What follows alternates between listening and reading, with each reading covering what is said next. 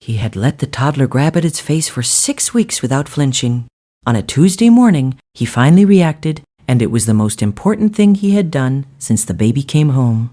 Hugo was 4 years old, a golden retriever of the old-fashioned type, broad-headed, deep-chested, unhurried.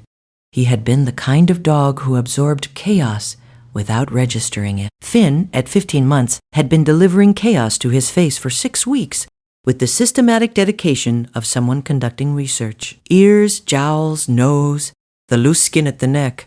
Finn had investigated all of it, and Hugo had stayed still through all of it. His eyes soft, his body relaxed, his patience the kind that comes from a deep-seated indifference to discomfort. On Tuesday morning, everything changed. Finn reached for Hugo's nose at 9:12 a.m. Hugo stood up. He moved away from Finn's reach. Then he turned and pressed his own nose toward Finn's face instead, a reversal of the usual dynamic, a dog who had always accepted the reaching now doing the reaching himself. His muzzle aimed at Finn's mouth with focused attention. Finn's mother Keiko noticed from the kitchen. She noted the change and watched. Hugo pressed toward Finn's face 3 times in 3 minutes. Each time he inhaled slowly. Each time Finn tried to reach back toward Hugo's face.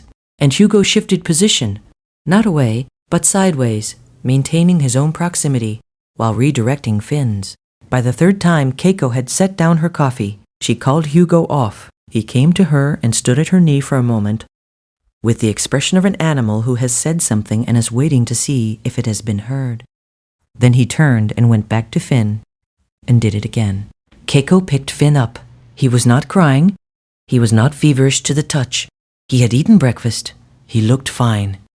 He looked completely fine. She called the nurse line anyway. She was not sure what to say when they answered. She said, "My son is 15 months old, and my dog is behaving differently around him than he has for 6 weeks. He keeps pressing his nose to my son's face, and I don't know if I should be concerned." The nurse said, "Is your son showing any other symptoms? Unusual tiredness?" Refusing food, Keiko thought about breakfast. He had eaten less than usual. She had attributed it to the new teeth. The nurse said, "Given the age and the behavior change you're describing, it would be worth bringing him in. If you stay for stories about what animals sense before we do, you're in the right place. Subscribe so you don't miss the next one." Finn's blood glucose at the clinic registered 39 milligrams per deciliter. He had been ill the week before, a mild respiratory virus. 3 days resolved. Post-viral hypoglycemia is a known risk in toddlers whose glycogen stores have been depleted by illness and who eat less during recovery. The symptoms in a child Finn's age can be nearly invisible. Slightly reduced appetite, mild quietness, nothing a parent would call alarming. Hugo had been reading something in Finn's exhaled breath since that morning. Isoprene and acetone compounds produced as the body metabolizes stored glycogen. The concentration had reached a threshold that morning that crossed whatever line Hugo's nose had been monitoring. He had stopped accepting Finn's investigation of his face and started conducting his own. The pediatrician, Dr. Rosaline Ekwimi, said he was symptomatic before he showed visible signs. The dog caught the chemical shift first. "I want you to understand how narrow this window can be in a child this age." She paused. Hugo had 6 weeks of being a very patient dog. That morning he became something else entirely. Has your dog or cat ever done something that made no sense until it was the only thing that made sense? Tell us in the comments.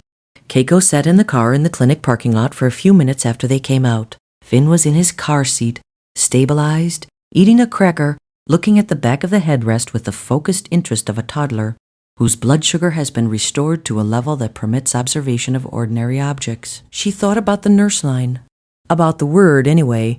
She had called the nurse line anyway because the dog had told her something without having any words for it. Hugo was at the door when they got home. He went to Finn's carrier and pressed his nose forward once. Slow, deliberate, the same motion he had been making all morning. He inhaled. Then he exhaled. He walked to the living room and lay down on the rug and closed his eyes.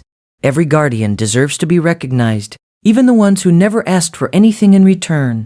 If stories like this matter to you, subscribe so you never miss the next one. Finn reaches for his face every morning. Hugo still lets him, but now Keiko watches where Hugo's nose is pointed.